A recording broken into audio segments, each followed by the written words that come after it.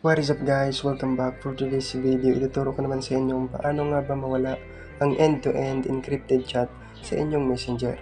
But before we continue this tutorial, kung bago pa lang sa inyong channel, hinihiling ko po ang inyong mga may para subscribe ang channel na ito and don't forget to hit the notification bell para lagi kang updated sa aking mga panibagong videos na upload. And without further ado, let's get started. So first, ano nga ba yung end-to-end encrypted chat? Isa to sa mga bagong feature ng Messenger kung saan nagsisilbing paraan para mas maging secure ang inyong mga messages with your FB friends. As you can see, mababasa dito, end-to-end encryption and your privacy, how it works or kung paano ito nag-work.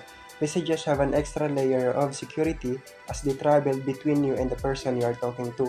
So, ibig sabihin, karagdagang seguridad siya para mas maging secure ang inyong messages with your FB friends para kayo lang at ang inyong kausap lamang ang may access ng information na pinag-uusapan niya sa inyong conversation, and even those attachments like videos and images, walang ibang makakakita kundi kayo lang. So as you can see, ito yung isa sa mga conversations ko with my tita na mayroong encrypted chat. So ngayon ang tanong, mawawala pa ba yung encrypted chat na nakalagay dito?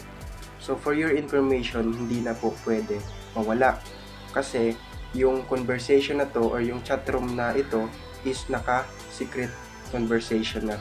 So kung nandun kayo sa end-to-end encrypted chat, ibig sabihin na naka-secret conversation kayo. So ngayon, paano nga ba magkaroon ng chat room with your friends or with your FB friends na walang end-to-end encrypted chat? Ngayon ituturo ko sa inyo. As you can see, ito yung messages namin ng aking kapatid. Dalawa siya.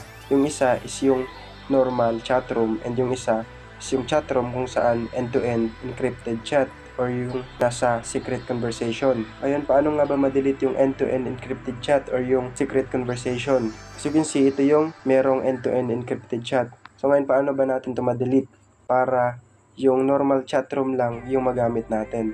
So ngayon, click lang natin tong I dot or yung I, then itong triple dots, then delete conversation, then delete. Ayan, so as you can see, isa na lang siya or yung nasa normal chat room na lang. So ganun lang siya i-delete kung ayaw nyo ng may end-to-end encrypted chat.